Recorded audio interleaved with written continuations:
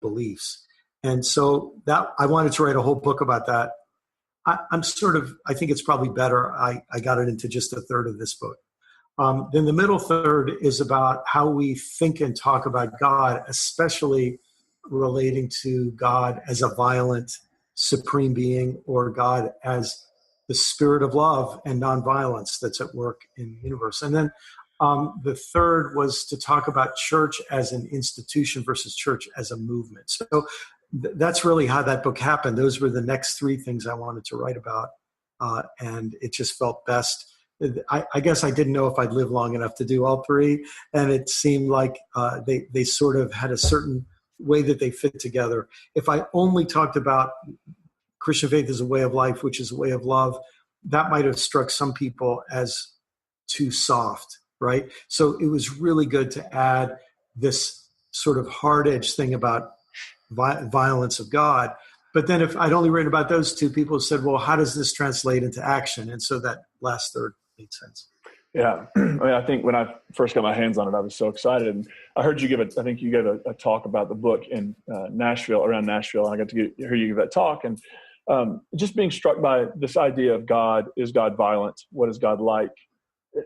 In some ways, I think the Bible is one of the biggest challenges, but behind the Bible is this image of God, which is often sort of supernatural theism. Yeah. You have a grandfather in the sky, as opposed to what you're describing as a God who is the spirit of love and justice, the spirit that is calling us toward our best selves. Yes.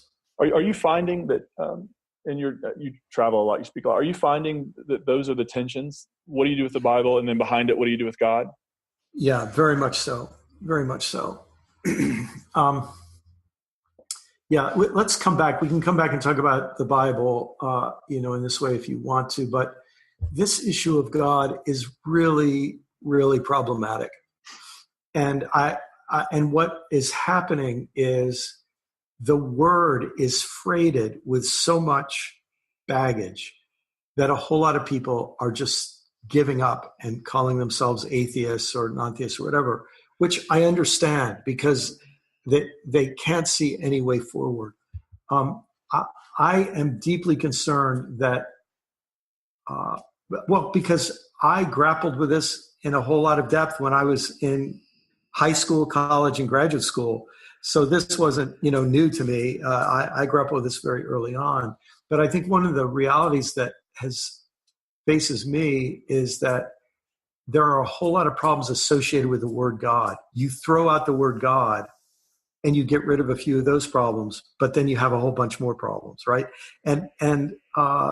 So I'm sympathetic to people who just desperately need to solve one set of problems, and they do it, but they're going to have more. I don't want to violate any confidence here, but some years ago, a religious leader got a lot of attention because she came out as an atheist and she was defrocked from her denomination. And maybe 2 years after that, I got an email from her. And she said, oh man, she said, I just read your book. I realized that I jumped ship too soon. And she said, plus I've discovered that atheists can be just as big jerks as Christians. And but now nobody will believe me if I say I believe again, because I've come across as sort of, flighty. But I just think we have to have a lot of grace with each other because we're all struggling with this, and it's understandable that we're struggling. Yeah, I mean, the idea that we would not change our positions over time. Reading I was talking to somebody about this the other day, reading the genuine letters of Paul. We read them so that they all say the same thing. But if you really read them, Paul's changing his mind and changing his metaphors and changing it seems like to be a human being interacting with whatever the word God means, with whatever that reality is. Goodness, you're going to be changing all the time. So I have a parable I sometimes tell. It's the parable of fixing my toilet. And I had to fix a toilet one time. And in order to fix a crack in the bottom of the tank, you have to get the water out. So first thing I did was flushed. And that got most of the water out. It was a successful first step. But it didn't matter how many times I kept flushing, no more water would come out. So then I I changed my method and I decided to use a cup, and I used the cup to scoop water out. And that worked. That worked okay, but still there was water in the bottom. And so then I abandoned that method because it worked so well. And I took out a sponge, and I used the sponge and sopped up the rest of the water. It still was moist. So then I got a hair dryer, and I used the hair dryer to dry the bottom of the tank. And then I could apply some glue and fix the crack. Well, listen, no one of those methods was the right method. And I made a mistake with the others. They were each appropriate for the stage in the process I was in. If I had started with a hairdryer, I'd still be there, right? I think what we can say is the best we can do is use the methods that are appropriate to where we are at any given moment. And when that method stops working, you're not failing. The method succeeded and brought you to a point where you needed a new method. And I think, anyhow, my little parable applies to a lot of different parts of life, I think. I think that helps us in the ways that we think about God, too. There are ways that we had to think about God for the stage of development where we were. Because they worked, they brought us to a new stage of development. And then we need to think in new ways. The problem is when we dogmatize the methods. In your parable, we say, well, really, it's only by using the cup that we can achieve. And really, it's all of them. And at some point, you have to leave them all behind. Well, once you got the thing fixed, you don't need them anymore. You're on to a new project. Yeah, that's right. I think that we're in an era where this whole idea of God is unraveling for a bunch of people. Of course, people are going to jump. I talk to people all the time who swear to me they're atheists, and then they'll talk about something, and they'll talk about wonder and beauty and hope. And I'm like, you really don't sound like an atheist right there. Yeah. If in the sense of atheist, because what I find is, and you mentioned this, people who are angry fundamentalists and angry atheists read the Bible the same way and have the same approach. They just start with a different opinion. Yes. Right? I mean, a fundamentalist, there's a God and he's angry, and an atheist is no God and we're angry. And it really ultimately, in the end, just leaves everybody angry.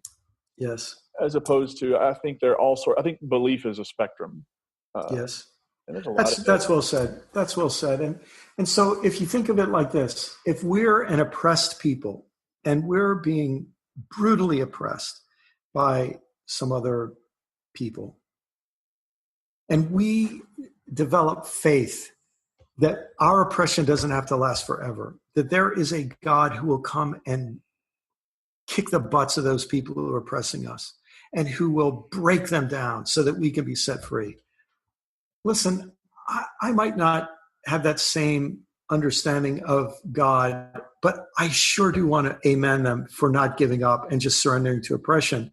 And I can see how that belief helps them take the next step that they need to take.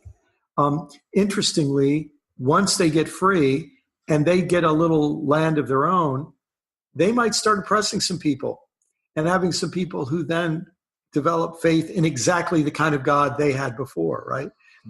And I think this is exactly what you see in the Bible, especially in the Hebrew Scriptures.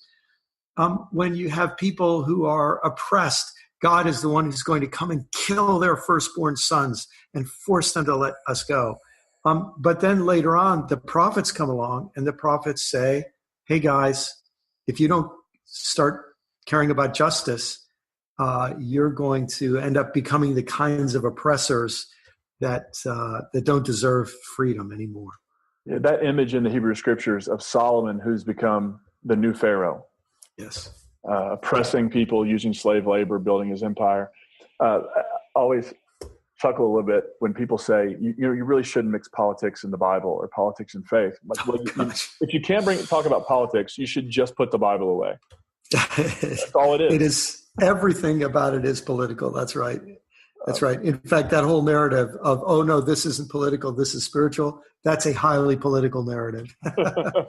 Yes. I was watching an interview with a politician on CNN yesterday, and they kept asking him a pointed question.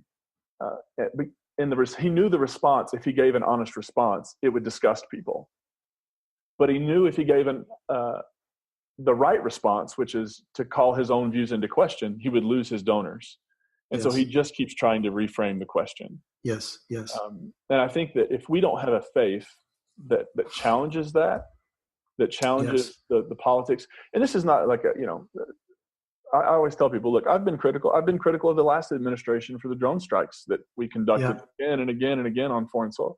So there's plenty to critique. We're just in my lifetime, at least, an era that I haven't understood or been a part of, and it's really disorienting. Yeah, I think that's right. I think this is one of the gasps of a dying era. The problem is, those gasps can create chaos. Those last gasps can create chaos that lasts for centuries. So it's to say it's the last gasp of a dying era does not say, oh, it's going to be okay. It says, no, things could be really bad. And so I think we are at a very, very challenging time. And our different ideas of God will serve us better or worse in getting through this, So one of the things I wanted to talk to you about before we concluded was what you're concerned about, what you're hopeful about. I know we've some of those things have popped up, but I'd love to give you a chance to say, because I think you are one of those people that for lots of people, they look to you and they trust your insight. So what are some of the things that you look at our world right now and you think, I am really concerned about? Oh, man. Okay. So obviously I'm concerned about Trump. I think Trump's a demagogue. I think he's a liar. I think he's a man who has so deeply been damaged by a life of privilege and decades of lust and greed. I do believe very literally that verse in the Bible about you reap what you sow, and he has sown a really horrible life, and it's created a certain kind of person. I think the things in him that synced up with disillusionment and fear and a whole set of neuroses in the American soul. I mean, people will be studying this for centuries, I'm sure, because it is a bizarre thing.